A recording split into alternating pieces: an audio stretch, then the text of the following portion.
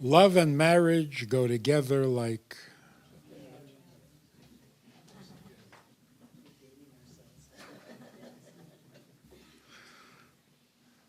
It used to sound cute,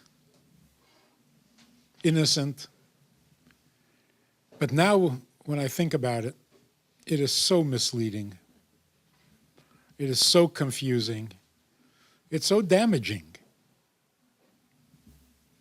Love and marriage do not go together like a horse and carriage. Besides, the comparison is insulting because who are you calling a horse?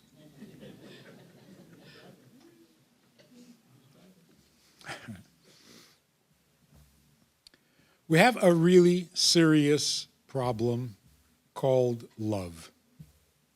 It's a problem because we worship love. The God of America is love. We do everything in the name of love. We will die in the name of love. We will kill in the name of love. We will marry in the name of love. And if your child has a problem, the solution is more love. You love him more. You love him a lot, love him more. It's not working. It's not working. Like every idol, this one disappoints, always. So let's take a closer look at love and find out where it belongs, what it's good for, and how it's being abused. If we were to ask a simple question, is love important to human life? No, not really. The word important is not an appropriate description of love. When someone is important, you ought to love them. That's a good old-fashioned idea. Whoever is important in your life, you should love them. But love does not make importance. I mean, look at how arrogant and nasty this idea is. If I love you, you are the most important person in the world. When I stop loving you, you're nothing. How arrogant is that? How abusive is that? My love makes or breaks your value. It's really nasty. How do we convince the average kid, 11-year-old, that the brother he hates is still more important than the dog he loves? Because he's not convinced. So if you ask him that old Talmudic question, if your brother and your dog were drowning, who would you save? His answer is, my dog. I say, why? I love my dog. I don't love my brother. That's not good. The people you love who are not important in your life, no matter how much you love them, they're still not important. And those who are important in your life, no matter how much you hate them, they're still important. So I bought my sister a little souvenir from a little souvenir shop down in the Keys in Florida. It was an embroidered pillow. And it said, I am smiling because you're my sister. And I thought, isn't that nice? Right. But on the back it said, and I'm laughing because there's nothing you can do about it. You are stuck with me. Which side of the pillow is more important, more significant, more powerful? I'm smiling because you're my sister? That's cute. Not always smiling. Sometimes you get on my nerves. But there's nothing you can do about it. That's permanent. That's real. So someone important in your life, no matter how you feel, the importance remains steady. So here's a shocker, and there are going to be a few tonight. Unconditional love is a disturbing and unhealthy idea. Everybody wants unconditional love. All the experts tell you, you must give your children unconditional love. If you say to a child, I love you unconditionally, the child feels rejected. Does that make sense? If I love you unconditionally, then you don't count anymore. You don't matter anymore. Because no matter what you do, no matter how you act, no matter how you turn out, I decided I'm going to love you, and there's nothing you can do about it. That feels like a rejection. Because love is an emotion, and emotions are reactions, response. An emotion means I am responding to you. So if you're adorable and lovable, I love you.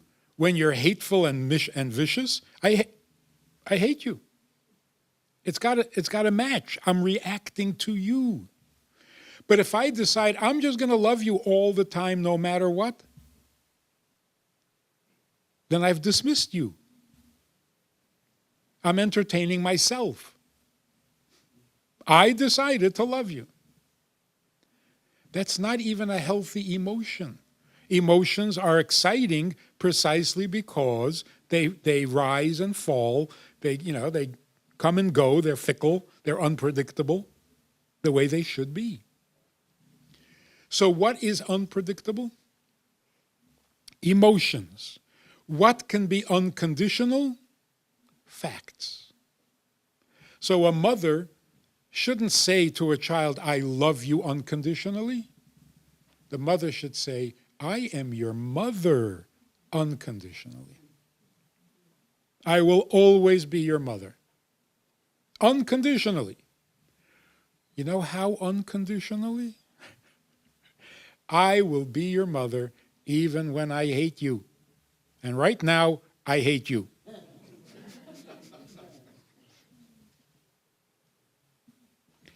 This is how we relate to God. And it's a strictly Jewish thing. No one else can do this. Nobody. It's strictly Jewish. Only a Jew can say, this is my God, and I go to the synagogue on Yom Kippur. Do I believe in God? No. Am I religious? No. So why am I in the synagogue on Yom Kippur? It's Yom Kippur. Only a Jew can do that. Only a Jew can say, the God I don't believe in wants me here, so I show up. And in the Jewish brain, that makes perfect sense. Because do I believe in God is a subjective issue. Sometimes when I'm in a good mood, okay, I believe in God. So if you ask me, do I believe in God? You're asking about me. No, I don't believe in God. Then you say, so why are you in the synagogue on Yom Kippur? Whoa. Then it's not a subjective question anymore. I'm in the synagogue on Yom Kippur because it's Yom Kippur. What am I going to do about it? And God wants a Jew in the synagogue on Yom Kippur. What am I going to do about it? So the point is, if I don't believe in God, will he go away? No. So one has nothing to do with the other. I don't believe in God, but when he wants me desperately to come to the shul, what am I going to do? So I come. A guy is running down the street, and you stop him, and you say, excuse me, was läufst du? What's the matter? He says, my wife is not feeling well. I'm running to get the doctor. So you say, wow, it's so beautiful. You obviously love your wife very much. And like a typical Jew, he says, did I say anything about love? Lately, we don't get along so good. So imagine saying to him, well, in that case, what's the rush? Let's have a cup of coffee, we'll talk a little bit, you'll go later. He would say, you're out of your mind. My wife needs a doctor. And you say, but you don't love her. And he will say those immortal words, what's love got to do with it? See, that's a relationship. Love does not create a relationship. It is so painful and so disturbing. People fall in love and call it a relationship. There is no relationship. I love you not. There's just a feeling. A feeling is not a relationship. A feeling is the spirit of a relationship. So when you have a relationship, you can either love it, hate it, or not care. Be indifferent. But hate is not a relationship. Love is not a relationship. It's a response, an emotional response to the relationship. So what is a relationship, briefly? To be married, you need 3 qualities. Quality number 1, generosity. So when people ask, how do I know if I'm ready to get married? I don't think I'm ready to get married. Or I do think I'm ready to get married. How do you judge that? The first thing is, how generous are you? Because without generosity, you cannot tolerate another person in your space. You have to be generous. You have to be big enough for 2. So here's how it works. You look in the mirror in the morning. If what you see fascinates you, don't get married.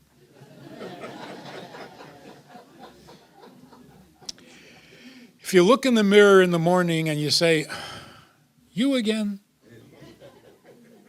Get married. It's time for a new face in the mirror. So if you're fascinated with yourself, you're busy with yourself, then you're not generous enough to allow another person into your life. And generosity, kindness, comes in a number of important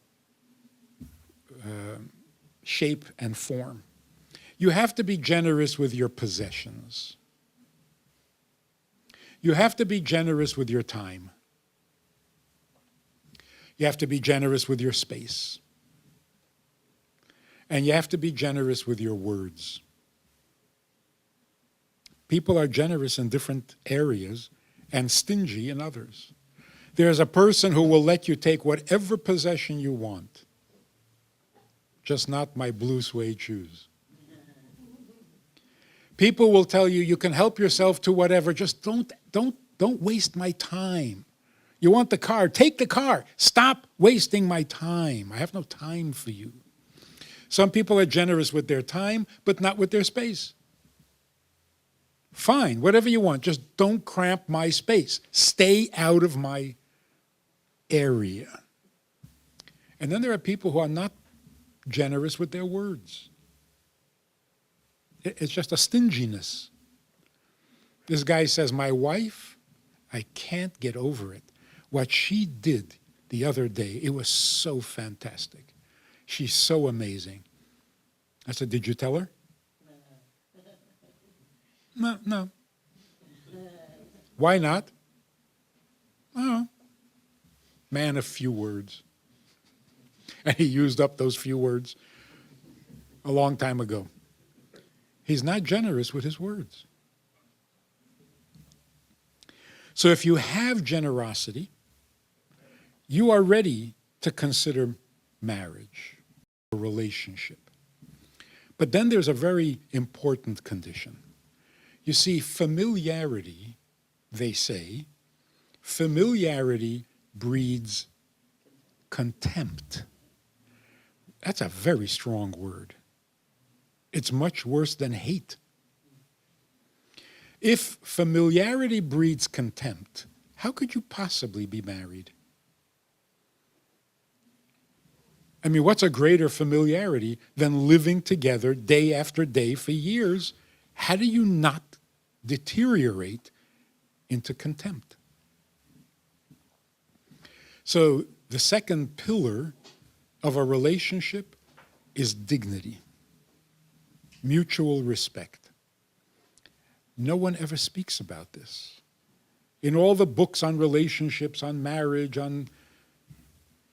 nobody emphasizes the respect that is so crucial, because otherwise you start to abuse each other without even intending to. You have to maintain your own dignity so that it's easier for your spouse to respect you, and you have to protect your spouse's dignity so that you don't become overly familiar and start to detest each other. You know that when a couple are nasty to each other, it is so shocking and so surprising because other than that relationship, they're both nice people. That true? I say something about a guy who is really nasty to his wife, and nobody believes me. What are you talking about? He's the nicest guy in the world. He wouldn't hurt a fly. And it's true. Only with his wife, he is not only nasty, he's inhuman. Because when that familiarity goes bad, it is really ugly. Good people, decent people, deteriorate into something really, really nasty. So how do you prevent that familiarity without creating distance between them? The dignity. Preserve your dignity. It's like, again, another shocker. Every father says to his daughter, hey, you can't go out dressed like that. I think it should be the other way. Hey, if you dress like that, get out. Not in the house. You want to dress immodestly? In the street, where everybody else is doing it also. But in the house, we maintain our dignity. Because the house has to be preserved. You don't want it to deteriorate to contempt. So we have to appreciate and protect the atmosphere at home. Why is the street more important? Why would you never answer the door if somebody rings the doorbell in your nightgown? But you run around with your husband and wife, run around in their night clothes all the time? So what, the pizza delivery guy gets more respect than your husband or wife? Something's wrong. Maintain dignity. This notion that once we get married, we can do whatever we want. I can let my hair down and be ugly and nasty and sloppy, and he'll love me anyway. No, doesn't work. See, again, your belief in love, that love will overcome everything. And that no matter how nasty or sloppy you are, love will keep you together. No, it won't. So, pillar number 3. If you have the generosity and you have the respect, like you see sometimes an elderly couple, they've been married like for 65 years, and they're still respectful of each other. You know what I'm talking about? Have you seen that? That's amazing. If you have these two pillars, You have a great relationship. What then makes it a marriage? Not every relationship is a marriage. The third pillar is sanctity. If we don't appreciate that marriage is a divine idea, not a human idea, if we don't appreciate that by being married, you're doing something and you're engaging in something that is bigger than the two of you, then you just have a functional relationship. You don't yet have a marriage. In the marriage, you are meant to dissolve, to surrender. What do you dissolve into and what are you surrendering to? Something greater and bigger than both of you.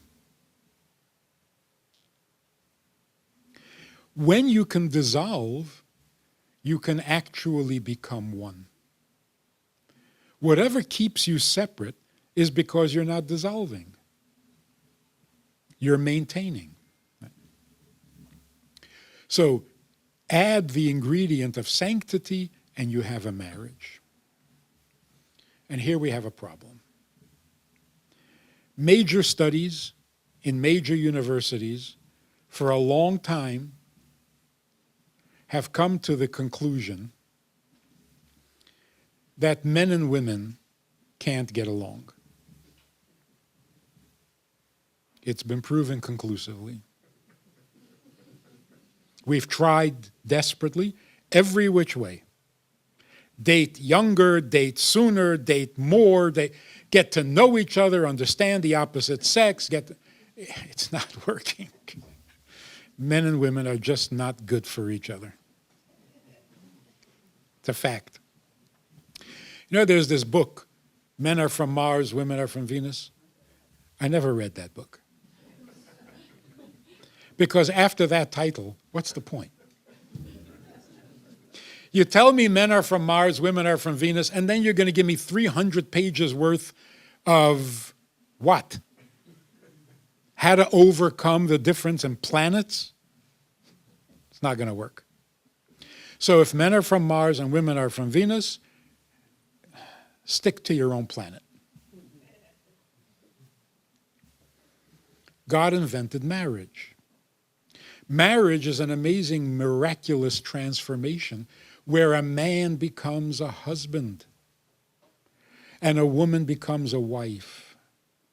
Then everything changes. Husband and wife are inseparable. Man and woman are better off without each other.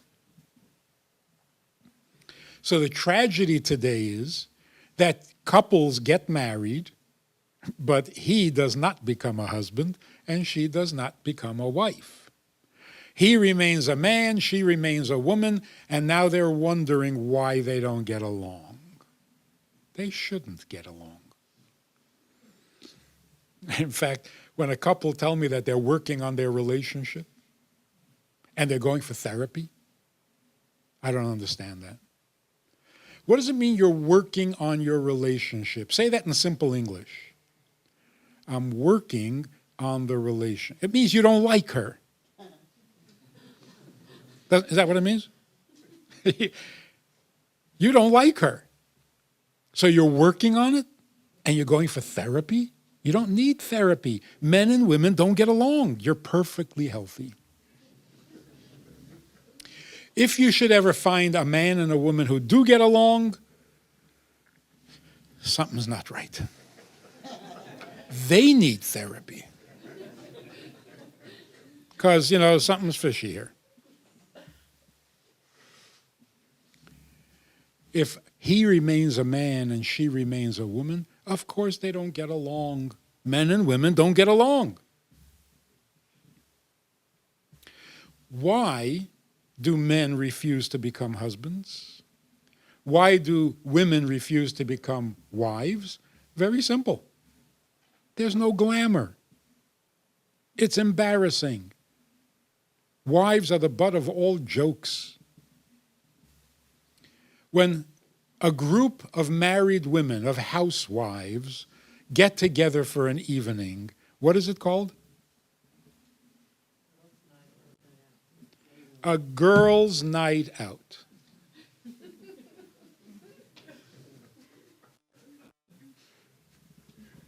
Some of their daughters are already women, but it's a girls'. Why isn't it called a wives' night out? Are you kidding? They want to have fun. Wives don't have fun. Wives are desperate. So not only can't they be wives, they can't even be women. Because the last time they had any fun was when they were girls.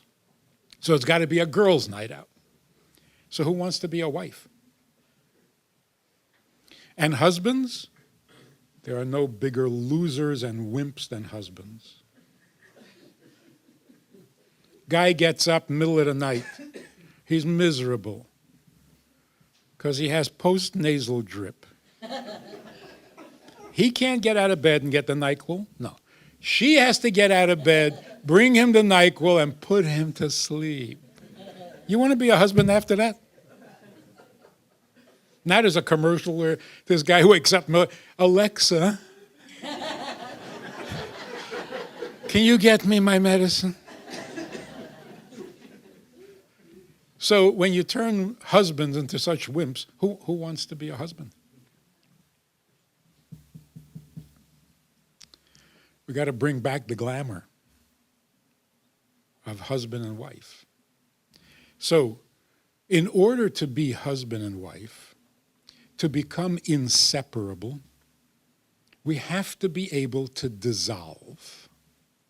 As long as you maintain your structure, as long as you maintain your definition of yourself, you're living side by side. The real reason I decided to write this book, which is a bit controversial among rabbis, we don't talk about this. In fact, after this evening is over, I will deny ever having been here. Because we don't talk about this. But the reason I wrote the book is because we've always known that there is divorce. Husband and wife can have a very hard time with each other and need to go their separate ways. So there's stress and there's fighting and okay, we're human. But when happily married couples, and this is happening a lot, happily married couples with what we would call successful marriages, and they have no complaints to each other, and they wouldn't think of getting divorced. And yet, in a quiet moment, each of them will admit that they feel completely alone in the world. That means that something fundamental is missing in our lives and in our marriages, and that's really scary.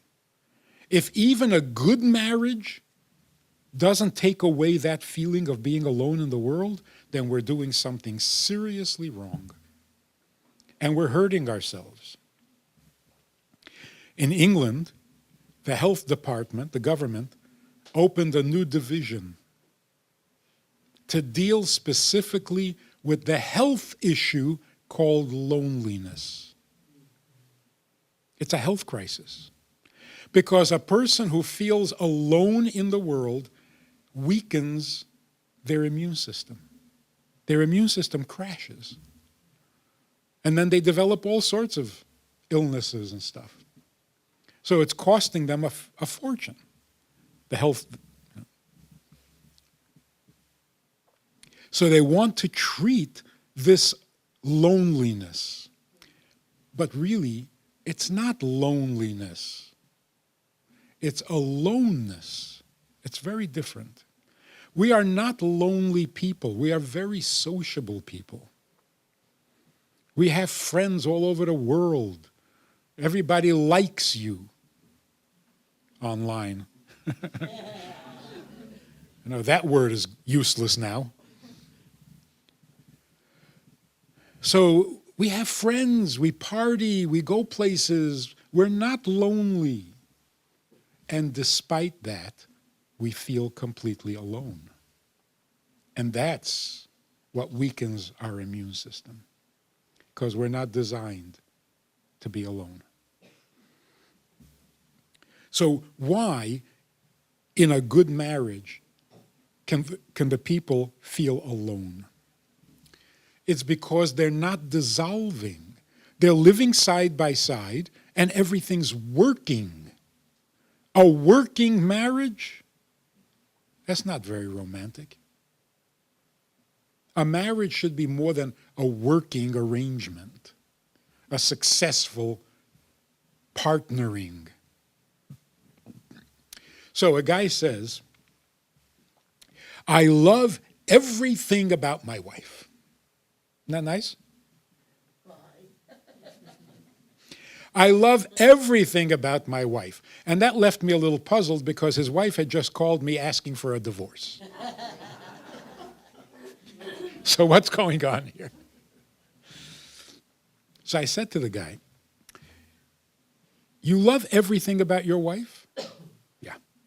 I said, how about her? Do you love her? He said, I love everything about her. I said, you're not answering my question. Do you love her? He says, what about her? I said, no, not about her. Do you love her? He says, I don't know what you're talking about. We have developed this obsession with things, and we're not connecting to each other. I love everything about my wife. What about her? If you take the things away, what is her? Who needs her without the things? If a man says, I love you for your money, but then you lost your money, so I don't love you anymore. That's not even correct English. I never loved you. I only loved the money. Now that the money is gone, I don't know what you're doing in my house. Get out. Who invited you? So we all understand that. A man marries for money, a woman marries for money. Come on, that's not real love. That's not real romance. That's not real marriage. Because if you marry me for my money, you're married to the money, not to me. You love the money, you don't love me. So often this couple come for marriage counseling and they call each other all sorts of names and accuse each other of all sorts of horrible, and it goes on and on and on. And then they say, so you think we should get divorced? I say, actually, I think you should get married. You're already divorced. But if you tried, you could make a nice couple. Want to get married? Because you never got married. You loved everything about each other. That's not a marriage. In fact, if I love you for your money, for your looks, for your intelligence, for your sense of humor, for your wonderful family, you know what that's called? Polygamy. I am married to 5 things. Unfortunately, you're not one of them. I am married to everything about you, just not to you.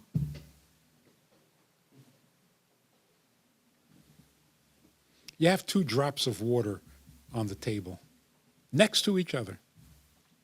Why are there 2 drops? Water is supposed to flow. What's it doing sitting there like a drop? That's not the way water behaves. The answer is surface tension. The air creates a certain tension, and the water is not big enough, there's not enough water to break that so the air keeps each drop in its shape. And that's what separates them. What will it take for them to merge and become 1 drop? Not much. Breathe on it. Touch it. Shake the table.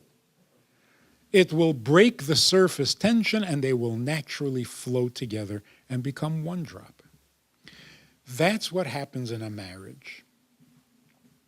Male and female were never meant to be separate beings. God created the first human being, male and female. Then he separated them, right? Remember that operation? And they became two people. And immediately after separating them, God says, therefore, should a man leave his mother and father, cleave to his wife, and become one.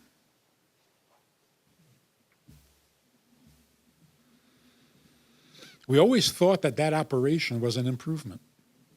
Because, male and female, that's a little weird. So when God separated them, we became normal. A man and a woman.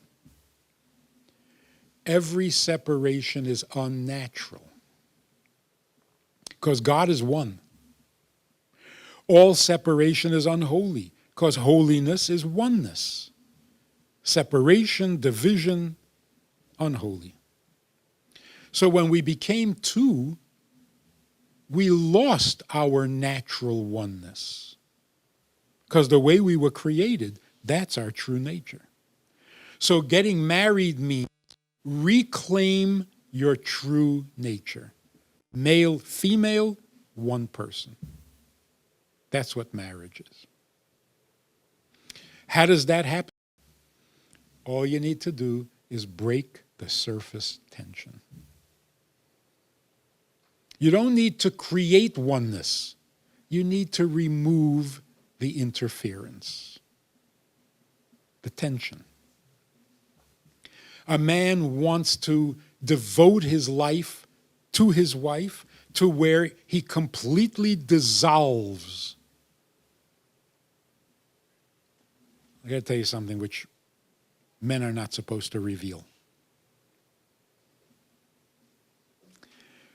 What is the definition of a husband? What is unique about a husband? And no nasty jokes. So some people say, commitment. You start a business together, you make a commitment. You even sign a contract. Commitment doesn't describe a husband. Yeah, he does.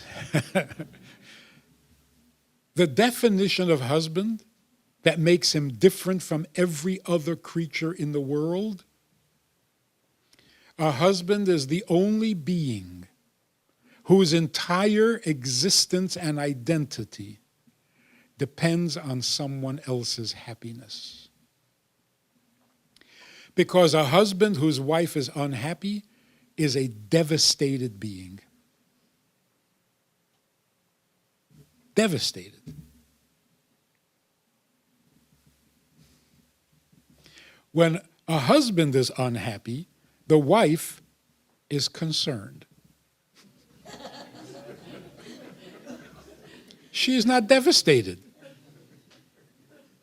She'll talk to her friends about him, consult, what can we do? But devastated? She's not devastated. If he sees his wife unhappy, he is a destroyed human being. And it's the only one. If your child is unhappy, you worry. You're not devastated. Men are so desperate for their wives to be happy, they don't even care what they're happy about.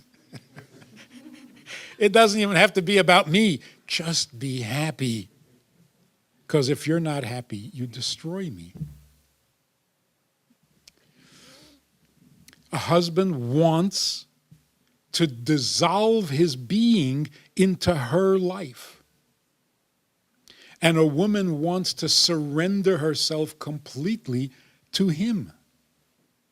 That's nature. We are no good separate. We're not complete separate. So we want desperately to merge. The experts are now saying that all the emphasis for the last 10, 20 years, all the emphasis on increased pleasure,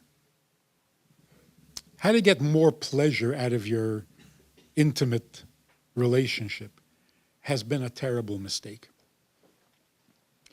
We don't need more pleasure. We've been sold a bill of goods. It's just not true. We don't need more pleasure in our relationships. We have chocolate.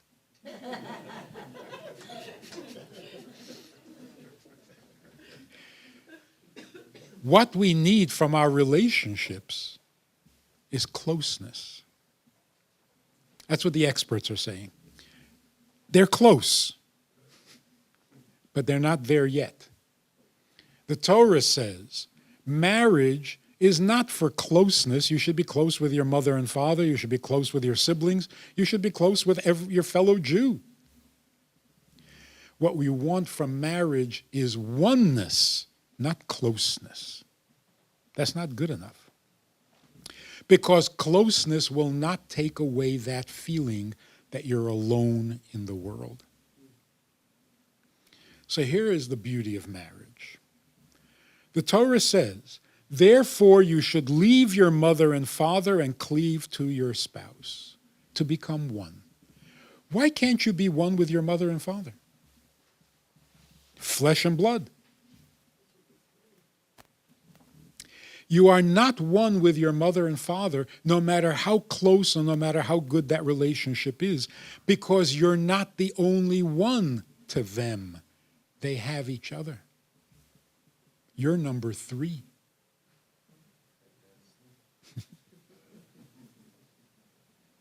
And the same is true with your children. You're not one with your child because you have each other. The only relationship that is truly monogamous, where you are the only one, is in your marriage. And that's why your oneness with your spouse is deeper and stronger than your relationship with your parents. Isn't that amazing? So if we can't surrender to each other, we are frustrating ourselves. And that's why living together, what does that prove? Living together means I can't completely dissolve because I'm not sure I want to be with you forever. So let's not make that commitment yet. So if you're living together, what will you know? What will you discover? A bunch of things about each other. And they say, well, I like all the things about each other. Let's get married.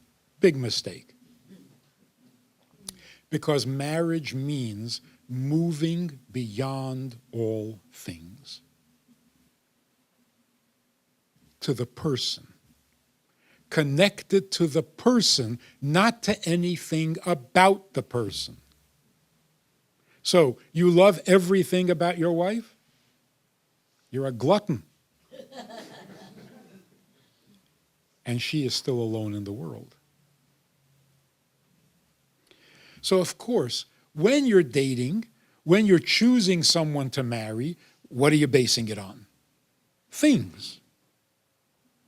But that's because you want to get to the person. You don't want to stop at the things.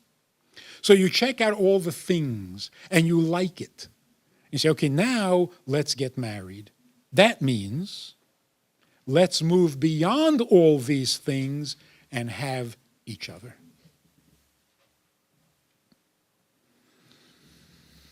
So Tevye says to Golda, do you love me? And she says,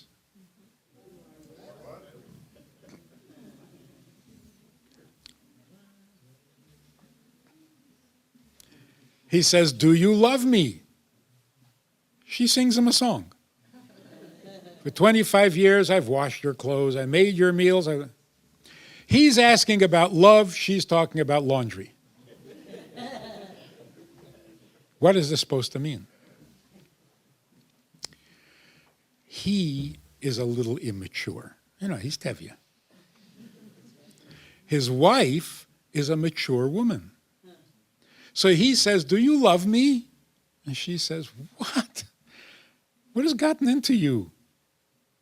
For 25 years, I am yours. You have me. All of me. All you can think about is love? So you're asking whether I'm giving you my love? I gave myself to you. And if that's not love, what is? There's a more powerful word in the English language, more powerful than love, and that is mine. Be mine. I am yours. We belong to each other. It's not a feeling. It's way beyond. So when we say, our grandparents, they had solid marriages. There was no divorce. And everybody says, yeah, but look how miserable they were with each other. See, but that's the beauty of it.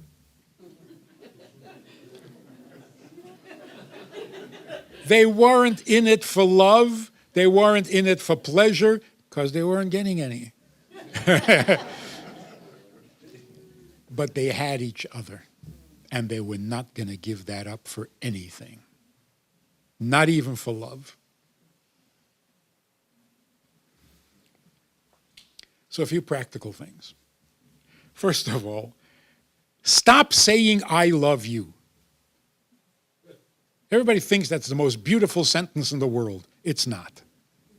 It's a nasty little sentence. And often it represents a threat. I love you.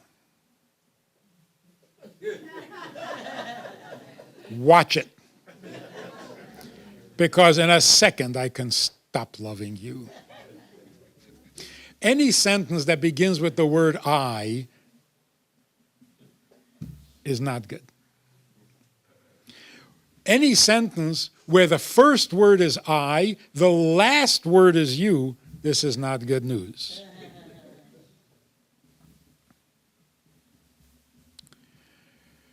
I love you is cute.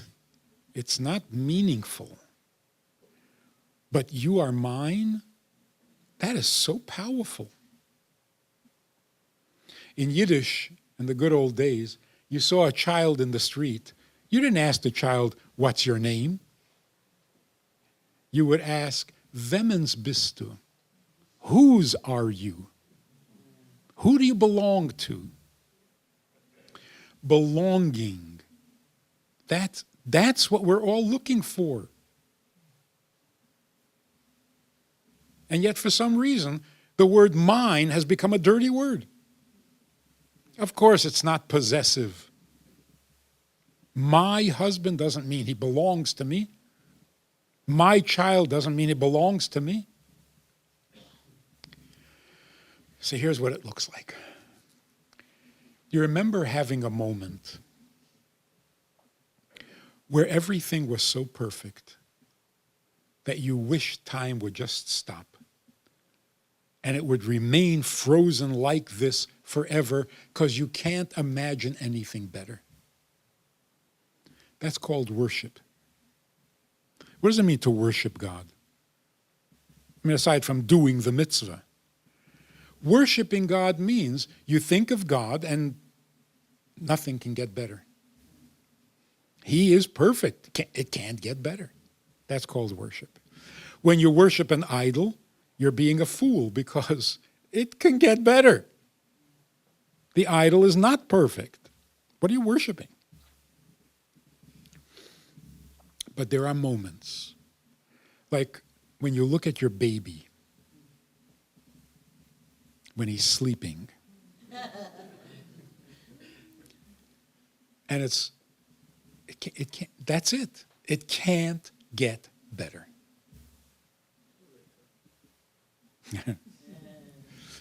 This is what marriage is supposed to be.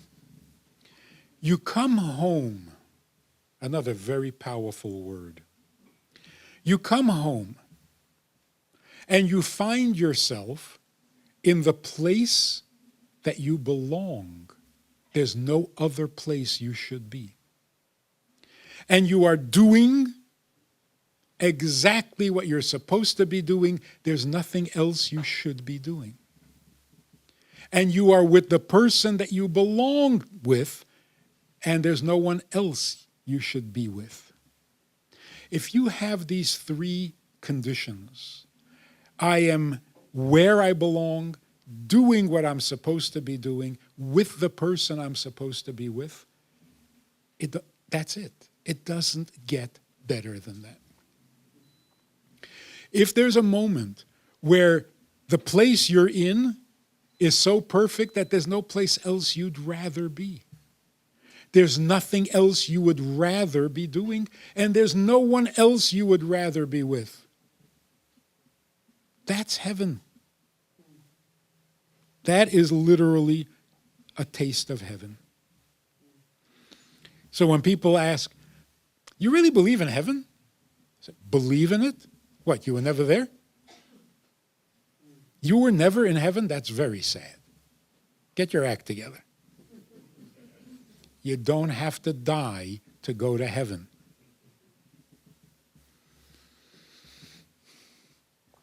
That's what it should feel like. And this is the definition of intimacy.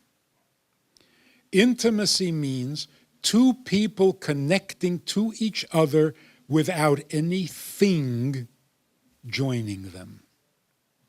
It's not like we both love tennis or pina colada. We're not meeting at a third point. It's just us. And here's the final shocker. It's really shocking every time we discover that Grandma was right again. If you asked your grandmother, what happens in the bedroom? Your grandmother said, nothing. You say, come on, tell me. I need to know. I'm turning 38.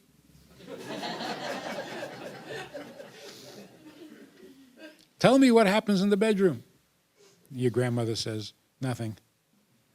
I say, fine, you don't want to tell me? She did tell you. And it's the only correct answer. What is a bedroom? In a living room, there are many things. Well, there should be. Otherwise, it's an empty room. In the kitchen, there are many things.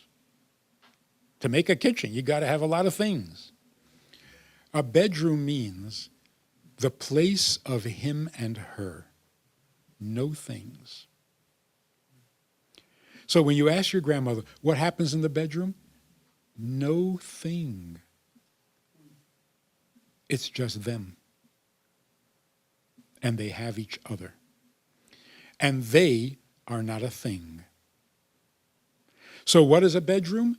A no-thing zone. When you walk into the bedroom, you leave everything at the door. Don't bring anything into the bedroom. What are these things you should leave at the door? The television. It should not be in the bedroom. There are three partners in the birth of a child: the mother, the father, and God. Not Conan.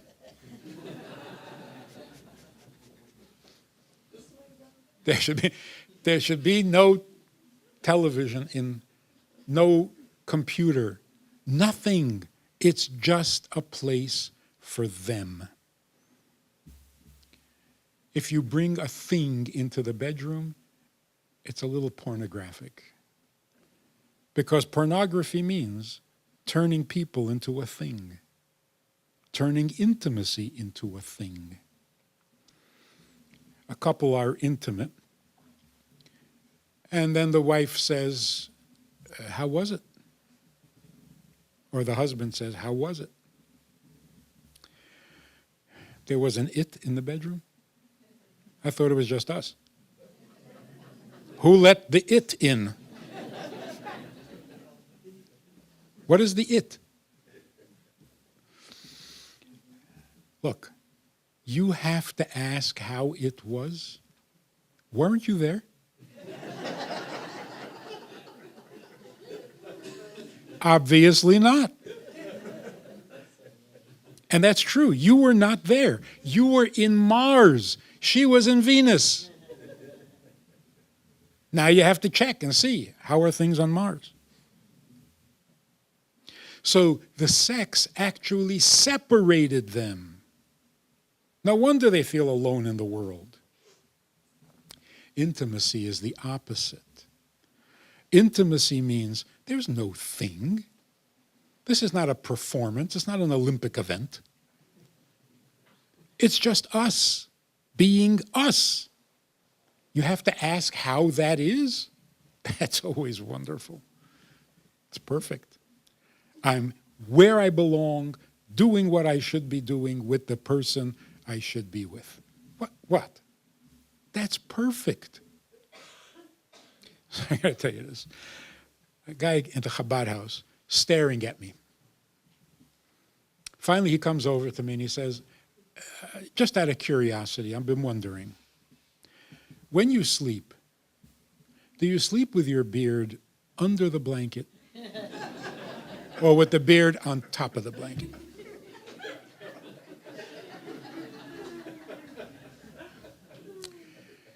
I could not sleep for 3 weeks. You think it's funny? You tell me, should it be under the blanket or on the blanket? Go ahead, tell me. I tried it under the blanket. Tried it on the blanket. I went back and forth and back and forth. I couldn't sleep for 3 weeks. See, when you turn something perfectly natural into a thing, it disturbs your life. Husband and wife do not engage in something. Intimacy means enjoying the greater pleasure of each other, not the pleasure of something you're doing with each other. So here's the bumper sticker. Nothing you get from your wife is as important as your wife. How did we forget that? The biggest and strongest reminder, the most powerful tool, is the fact that we separate for 2 weeks out of the month. And then go to the mikveh, and then we're back together again for 2 weeks. And some people think, my God, that means that half your life you're separated. If only it were half your life. Do you know what's going on in the average bedroom in America? Once a month, if they're lucky. Tired, bored, exhausted. That's terrible. So we need to reclaim intimacy. We need to be able to dissolve again, to merge, to become whole. No more things, nothing. In the Gemara, it tells a story about a woman who had incredible children.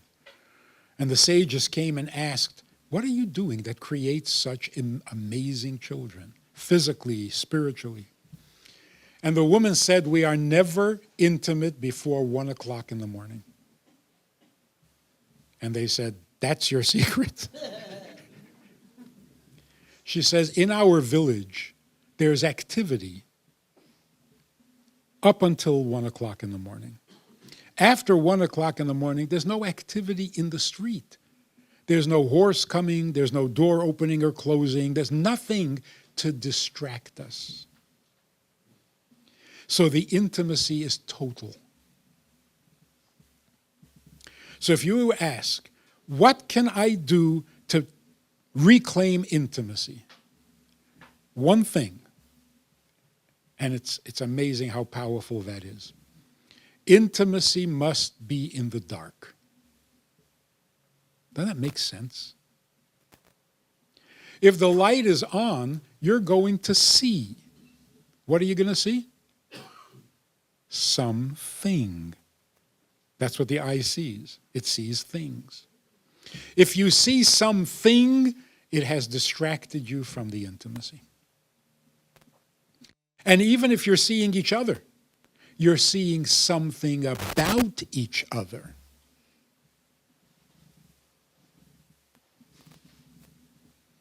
You're not connecting to each other. So intimacy must be in the dark. If people would do just that, it would change their relationship dramatically. Remember all the old television shows? I Love Lucy?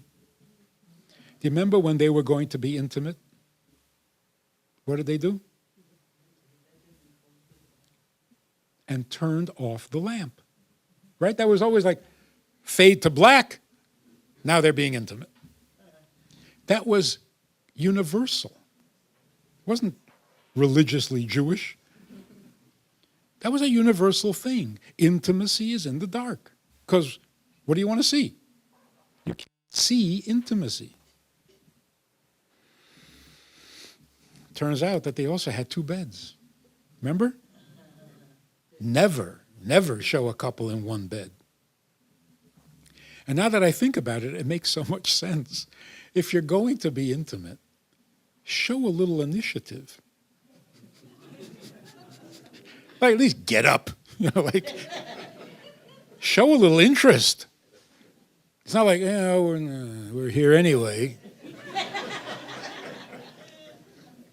And you're not going to let me sleep, so it's horrible. It's really horrible. Talk about familiarity being overdone. Whoa. How can you possibly sleep next to each other? Why are you sleeping? So in my first book, Doesn't Anyone Blush Anymore, I tell a story about these teenagers who, they were from the Reform temple, but they started coming to the Chabad house and they were getting interested. And before the summer, they came to me and said, we're going on a camping trip, which we do every year.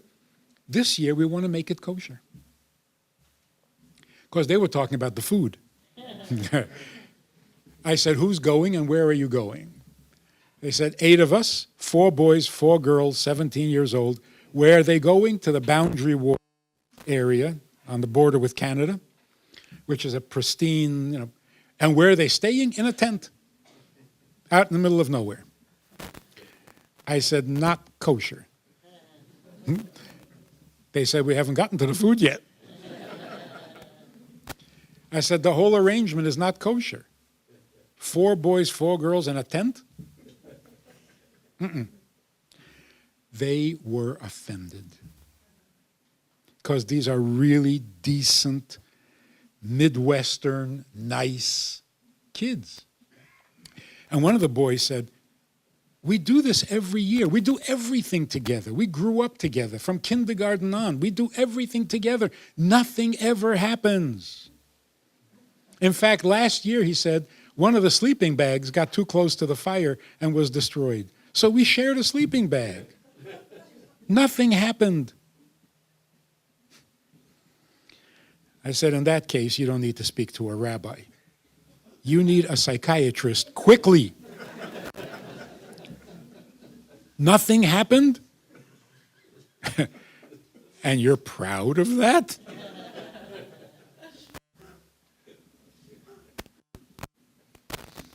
You're in trouble. So if you say, husband and wife, they're intimate maybe once a month. 28 days out of the month, they just sleep. Nothing happens. I think they need therapy. And it's so insulting. I'm right there, but no, you just want to sleep. Thank you very much. You know, it's a bad idea. Besides, you don't get good sleep. How many couples, don't raise your hand, but how many couples in America end up sleeping in separate rooms? Because he snores. Or it's just not comfortable. So he ends up sleeping on the couch. This should never happen. So I'm not advocating separate rooms, which would be, wow. Look, I mean, talk about romance. When the king wants to be intimate with the queen, he has to knock on her door. I mean, this man is serious. He wants intimacy. It's really powerful. But two separate rooms is not always a good idea. But a little initiative, take a little interest. This is the holiest thing that two human beings can do, aside from a mitzvah. It deserves a little more respect than it's getting. This is the solution to what's going on in the world today. What is all that abuse, all that molesting? What is all that? So some experts say it's the abuse of power. Not always. Some experts say men have no respect for women. Not always. Men who do respect women will behave the same way. So what's missing here? If you ask those men, have you no respect for women? They'll say, I absolutely do have respect for women. So you say, then why do you do that? You know what their answer is? Do what? What? It was nothing. I touched her, I pinched her, I looked at her, I asked. Nothing. See, that's the problem. It's not that men don't respect women. It's that we, all of us, don't respect intimacy. It was nothing. It wasn't nothing. It was intimate inappropriately. Final story. We have this program, Beis Chana in Minnesota. Women come for a crash course since 1971. There was a woman there in the 70s who had come out of the 60s, and she was a rebel. She refused to play the game, the bourgeois game. So she neglected herself. I mean, badly, with a vengeance. She would not do any of the feminine things. She was a little hard to be with. Nobody wanted to share a room with her. I mean, she really neglected herself. One day she says, I need to talk to you privately. So we went into a room, which I called my office. It wasn't an office, it was a storage room. She sat down near the door and she closed the door. I said, nah, leave the door open a little. She said, why? I said, because a man and a woman should not be alone in a room with the door closed. There's no window. She started to sob. And I thought I had offended her. But when she pulled herself together, she said, this is the first time anyone has treated me like a woman. So the point is, personally, was I attracted to her? Does that mean that closing the door is not intimate? See, intimacy has a reality of its own. Intimacy doesn't depend on how I feel or what I think. So, for example, a married woman is having an affair. Who's being violated? Nobody. Neither of them is hurting the other. What they're destroying is the intimacy of her marriage, the sanctity of the marriage. It's not personal, it's not subjective, it's reality. A man and a woman walk into a room and close the door, something intimate just happened, even if you're clueless. Platonic relationships. You can't fool Mother Nature. A hug, a kiss, yeah, platonic. It's not platonic. It's meaningful. Holding hands is shaking hands. People say, what? Shaking hands, it's nothing. Really? Remember when someone shook your hand and held it 2 seconds longer than necessary? All of a sudden, whoa, something's wrong here. Let go of my hand, you pervert. Like, whoa, I'm just shaking your hand. Who's timing this? There a 6-second law, a rule? No, because holding hands, shaking hands is an intimacy. Just because you don't feel it doesn't change the reality. So what's happening in the world is that we have lost respect for intimacy. A touch is nothing, a kiss is nothing, a hug is nothing, a dirty joke is nothing, exposing yourself is nothing. Nothing happened. What are we doing to ourselves? Where is the respect for intimacy? And then you come home when you should be intimate, and it doesn't feel intimate. It's boring. So, make your bedroom sacred. Create an atmosphere. The bedroom is for us, not for anything. You leave all your anger at the door. You leave all your worries at the door. You leave all your complaints at the door. You do not bring them into a bedroom. You must treat the bedroom as holy. Remember the last time or the first time you went to Israel, to Yerushalayim, you went to the Kotel? The first time? Was it enjoyable? It wasn't just enjoyable. It was awesome. It was scary. Scary enjoyable. That's what intimacy has to feel like.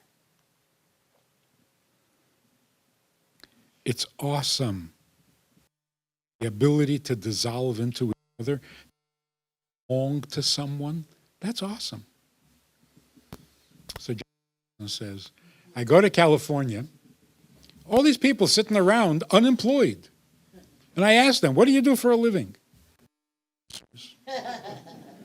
And they're all sitting around trying to decide where to put the sex scene in their next movie. And he says to them, why does every movie have to have a sex scene?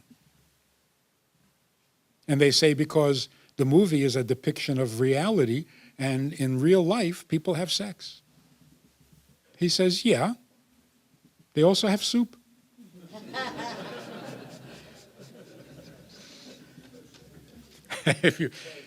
If you think about it, that is a devastating comment. Why, if you have a soup scene, the movie won't sell? Even if it's tasteful. A tasteful soup scene won't sell. Why will sex sell?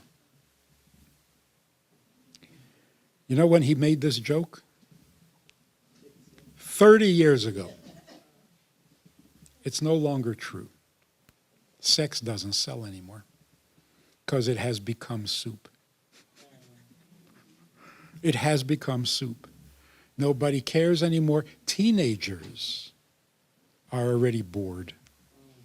They're looking for alternatives.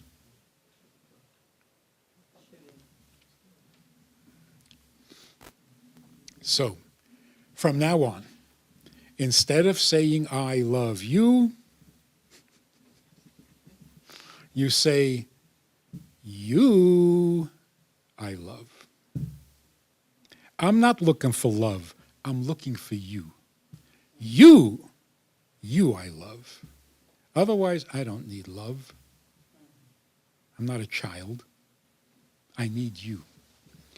And when I have you, it doesn't get any better. That's a marriage.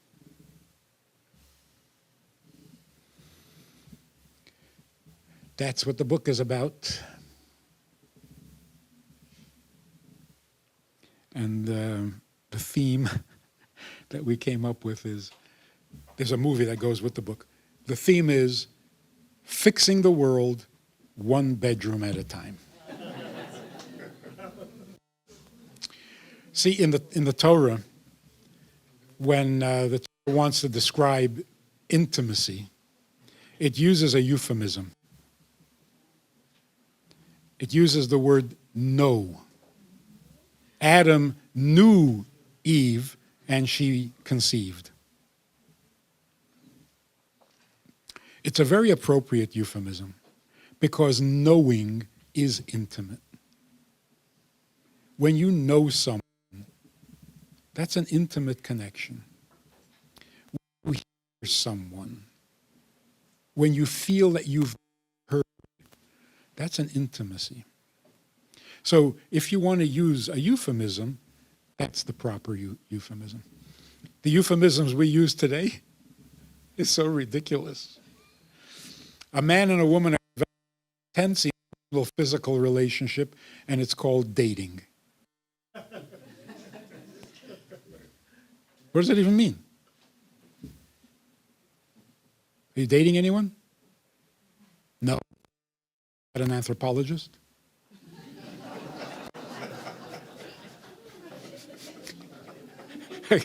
A guy says, I'm dating my girl. Well, she's still alive. What are you doing? You know what it used to be? Courting. Did you ever go courting? A courting? What in the world does that mean?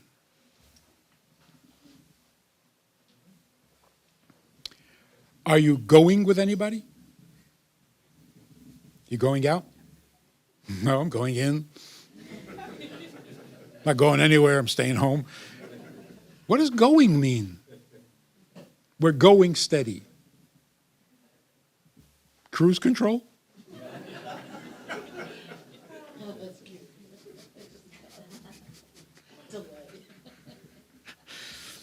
And then the winner. Are you seeing anybody? Nope. Where do you live, in a cave? This guy says, I'm seeing a really special woman. I said, that's great. When can I see her?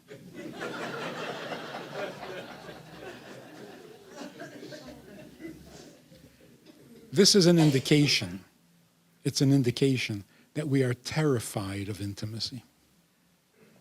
We'll call it everything except closeness.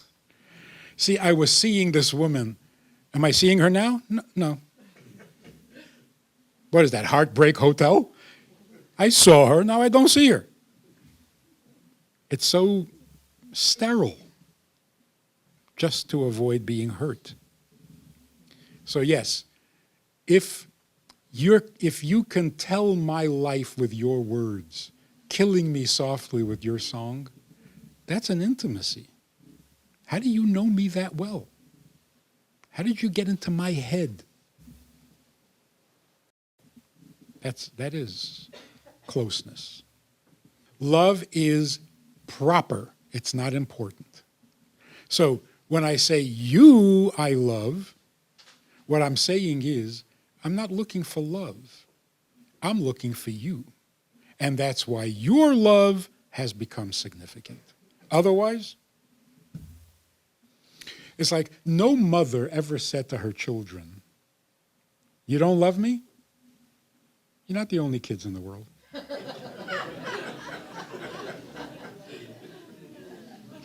The neighbor's kids love me. They're cuter than you. See, no mother would ever say that because no mother needs love from her children. That's seriously juvenile. You need love from a child? Every mother wants her children's love, not love from her children. And the difference is huge. Because your children's love you can't get from anybody else. Because it's about your children, not about love. And the same is true with husband and wife. You don't need love from your husband. If you need love, go home to your mother. That's the source of love. And if your mother didn't love you, I'm sorry.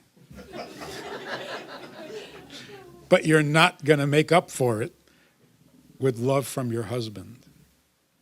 You don't need love from your husband. You need your husband's love. Why? Because he's your husband. And that love you can't get from somebody else. So if you need your husband's love and you're not getting your husband's love, what are you going to do? Try a little harder. But you're not going anywhere. So the place of love is, it follows the relationship. First, there's a relationship. We belong to each other. So we might as well love each other. And if you don't love me today, I'll try tomorrow. Same thing with God. Do Jews love God? Not today. Maybe tomorrow. But he is my God, and I'm not going nowhere without him. That's what it means when Jews say, I don't keep all those rituals, but I'm just as Jewish as you. That's true. Don't shout.